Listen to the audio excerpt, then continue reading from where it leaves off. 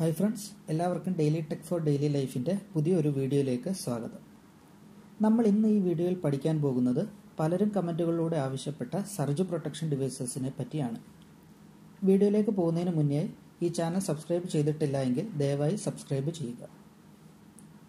Electrical ഫീൽഡിൽ ഉള്ളവരോ അല്ലെങ്കിൽ ഇതുമായി ബന്ധപ്പെട്ട് പഠിച്ചുകൊണ്ടിരിക്കുന്നവരോ ഒരിക്കലെങ്കിലും കേട്ടിട്ടുള്ള ഒരു വാക്കാണ് സർജ് പ്രൊട്ടക്ഷൻ ഡിവൈസ് എന്നത്. പലരും വിചാരിച്ചിരിക്കുന്നത് ഇടിമിന്നലിൽ നിന്നും ഇലക്ട്രോണിക്സ് ഉപകരണങ്ങളെ രക്ഷിക്കാനായിട്ടാണ് SPD അഥവാ സർജ് പ്രൊട്ടക്ഷൻ ഡിവൈസസ് ഉപയോഗിക്കുന്നത് എന്നാണ്. എന്നാൽ ഇത് ശരിയാണോ? അതാണ് നമ്മൾ ഇന്ന് ഈ വീഡിയോയിൽ നോക്കാൻ പോകുന്നത്. ആദ്യം എന്താണ് ഇലക്ട്രിക്കൽ സർജ് എന്ന് നോക്കാം. ട്രാൻസിയൻറ്റ് ഓവർ വോൾട്ടേജ് എന്നാണ് ഇലക്ട്രിക്കൽ സർജ് എന്നതിൻ്റെ ശരിയായ വിവരണം. അപ്പോൾ എല്ലാവർക്കും വീണ്ടും സംശയം ഉണ്ടാകും, എന്താണ് ട്രാൻസിയൻറ്റ് എന്നുള്ളത്. ട്രാൻസിയൻറ്റ് എന്ന് വെച്ചാൽ വെരി ഷോർട്ട് ഡ്യൂറേഷൻ എന്നാണ് അർത്ഥം. അതായത് ട്രാൻസിയൻറ്റ് ഓവർ വോൾട്ടേജ് എന്നാൽ ഒരു ചെറിയ ഡ്യൂറേഷനിൽ ഓവർ വോൾട്ടേജ് വരുന്നതിനെയാണ് ഇലക്ട്രിക്കൽ സർജ് എന്ന് പറയുന്നത്. ഈ ഷോർട്ട് ഡ്യൂറേഷൻ എന്ന് പറയുന്നത് വളരെ ചെറിയ മൈക്രോ സെക്കൻഡ്, അതുമല്ലെങ്കിൽ നാനോ സെക്കൻഡിൽ വരുന്ന ഓവർ വോൾട്ടേജ് ആണ്. ഓവർ വോൾട്ടേജ് എന്ന് പറയുമ്പോൾ തന്നെ അത് സാധാരണ വോൾട്ടേജിനേക്കാൾ ഏകദേശം 1000 മടങ്ങ് വരെ ആകാം. വളരെ ചെറിയ നിമിഷത്തേക്ക് വരുന്ന ഓവർ വോൾട്ടേജ് ആയതുകൊണ്ട് ഇത് നമ്മളുടെ ഇലക്ട്രോണിക്സ് എക്യുപ്മെൻറ്റിനെ പെട്ടെന്ന് ബാധിച്ചേക്കണമെന്നില്ല. എന്നാൽ പലപ്പോഴായിട്ടുണ്ടാകുന്ന സർജ് കാരണം നമ്മുടെ എക്യുപ്മെൻറ്റിനെ തീർച്ചയായിട്ടും ഇത് നശിപ്പിക്കുന്നതാണ്. എന്തൊക്കെയാണ് ഈ ഇലക്ട്രിക്കൽ സർജസിന് കാരണം എന്ന് നമുക്കിനി നോക്കാം. ഈ കാരണങ്ങളെ പ്രധാനമായിട്ടും നമ്മൾ രണ്ടായിട്ടാണ് തരംതിരിച്ചിരിക്കുന്നത്. ഒന്ന് ഇൻറ്റേർണൽ കോസസ് എന്നും രണ്ട് എക്സ്റ്റേണൽ കോസസ് എന്നുമാണ് പറയുന്നത്. ഇൻറ്റേർണൽ കോസസ് എന്ന് പറഞ്ഞാൽ നമ്മളുടെ വീടിനകത്ത് തന്നെ ഉണ്ടാകുന്ന എന്തെങ്കിലും കാരണം കൊണ്ട് ഇലക്ട്രിക്കൽ സർജസ് ഉണ്ടാകാനുള്ള ചാൻസ് ഉണ്ട്. ഇതാണ് ഇൻറ്റേർണൽ കോസസ് എന്ന് പറയുന്നത്. എക്സ്റ്റേണൽ കോസസ് എന്ന് പറഞ്ഞാൽ നമ്മളുടെ വീടിന് പുറത്തുണ്ടാകുന്ന കാരണങ്ങൾ കൊണ്ട് സർജസ് ഉണ്ടാക്കാം. ഇതിനാണ് എക്സ്റ്റേണൽ കോസസ് എന്ന് പറയുന്നത്. ഇതിൽ ഇൻറ്റേർണൽ കോസസ് തന്നെ പ്രധാനമായിട്ടും 3 കാരണങ്ങൾ കൊണ്ടാണ് ഉണ്ടാകുന്നത്. ഒന്ന്, switching on or of large equipments. അതായത് നമ്മുടെ വീട്ടിൽ ഉപയോഗിക്കുന്ന ഏതെങ്കിലും വലിയ ഉപകരണങ്ങൾ, ഇലക്ട്രിക് പമ്പോ അല്ലെങ്കിൽ AC-യോ പെട്ടെന്ന് ഓൺ ആവുകയോ അല്ലെങ്കിൽ ഓഫ് ആവുകയോ ചെയ്താൽ ഇത് നമ്മുടെ സിസ്റ്റത്തിലേക്ക് ഒരു ഡിസ്റ്റർബൻസ് ഉണ്ടാക്കും. ഇത് പലപ്പോഴും സർജിന് കാരണമാകാറുണ്ട്. 2, ട്രിപ്പിംഗ് ഓഫ് MCBs. ഓവർലോഡ് വരികയോ അല്ലെങ്കിൽ ഷോർട്ട് സർക്യൂട്ട് വരികയോ ഒക്കെ ചെയ്യുന്നത് മൂലം നമ്മുടെ MCB ട്രിപ്പ് ആവുകയാണെങ്കിൽ ഇതും നമ്മുടെ സിസ്റ്റത്തിലേക്ക് ഒരു ഡിസ്റ്റർബൻസ് ഉണ്ടാക്കും. ഇതും പലപ്പോഴും ഇലക്ട്രിക്കൽ സർജിന് കാരണമാകാറുണ്ട്. 3, ലൂസ് കോണ്ടാക്റ്റ്. ലൂസ് കോണ്ടാക്റ്റ് ഉണ്ടെങ്കിലും ഇത് നമ്മുടെ സിസ്റ്റത്തിലേക്ക് ഒരു ഡിസ്റ്റർബൻസ് ഉണ്ടാക്കാനുള്ള ചാൻസ് ഉണ്ട്. എക്സ്റ്റേണൽ കോസസ് പ്രധാനമായിട്ടും 2 രീതിയിലാണ് ഉണ്ടാകാറുള്ളത്. ഒന്ന്, lightning strikes on overhead or underground lines.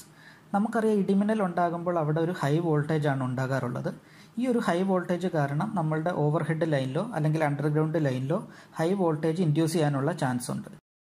2, power failure in the system. നമുക്കറിയാം, പല സബ്സ്റ്റേഷനുകൾ കൂടി ചേർന്നതാണ് നമ്മളുടെ ഇലക്ട്രിക്കൽ സിസ്റ്റം എന്ന് പറയുന്നത്. ഇതിൽ ഏതെങ്കിലും ഒരു സബ്സ്റ്റേഷനോ അല്ലെങ്കിൽ ആ സബ്സ്റ്റേഷൻ്റെ ഏതെങ്കിലും ഒരു പാർട്ടിലോ പെട്ടെന്നൊരു പവർ ഫെയിലിയർ ഉണ്ടാവുകയാണെങ്കിൽ അത് നമ്മുടെ സിസ്റ്റത്തിലേക്ക് ഒരു ഡിസ്റ്റർബൻസ് ഉണ്ടാക്കും. ഇതും പ്രധാനമായിട്ടും ഇലക്ട്രിക്കൽ സർജ് ഉണ്ടാകാനായിട്ടുള്ള ഒരു എക്സ്റ്റേണൽ കോസസ് ആണ്. അപ്പോൾ എന്തുകൊണ്ടാണ് ഇലക്ട്രിക്കൽ സർജ് ഉണ്ടാകുന്നത് എന്ന് നമുക്ക് മനസ്സിലായി. ഇനി SPD അഥവാ സർജ് പ്രൊട്ടക്ഷൻ ഡിവൈസ് എങ്ങനെയാണ് ഈ സർജസിൽ നിന്നും ഇലക്ട്രോണിക് എക്യുപ്മെൻറ്റ്സിനെ രക്ഷിക്കുന്നത് എന്ന് നോക്കാം.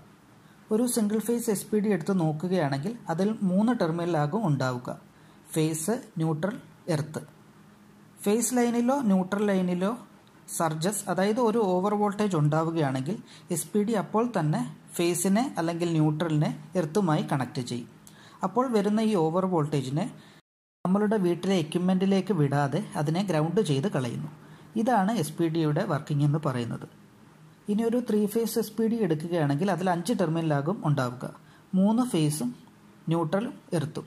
3 ഫേസ് SPD-യിലും വർക്കിംഗ് സെയിം ആണ്. ഏതെങ്കിലും ഫേസിലോ അല്ലെങ്കിൽ ന്യൂട്രലിലോ ട്രാൻസിയൻറ്റ് വോൾട്ടേജ് ഉണ്ടാവുകയാണെങ്കിൽ അതിനെ എർത്ത് ടെർമിനൽ വഴി ഗ്രൗണ്ട് ചെയ്ത് വിടുന്നു. ഇതിൽ നമ്മൾ ശ്രദ്ധിക്കേണ്ട ഒരു കാര്യം, നമ്മളുടെ വീട്ടിലെ എർത്തിങ് എത്രത്തോളം നല്ലതാണോ അത്രത്തോളം മാത്രമേ SPD-യും ഫലപ്രദമാകൂ. പ്രോപ്പർ എർത്തിങ് അല്ല എങ്കിൽ SPD വെച്ചാലും ഒരു ഗുണവും ഉണ്ടാവുകയില്ല. ഇനിയാണ് നമ്മൾ ആദ്യം ചോദിച്ച ചോദ്യം: വീട്ടിൽ SPD ഇൻസ്റ്റാൾ ചെയ്താൽ ഇടിമിന്നലിൽ നിന്ന് നമ്മളുടെ വീടിനെയോ അല്ലെങ്കിൽ ഇലക്ട്രിക്കൽ എക്യുപ്മെൻറ്റിനെയോ SPD സംരക്ഷിക്കുമോ?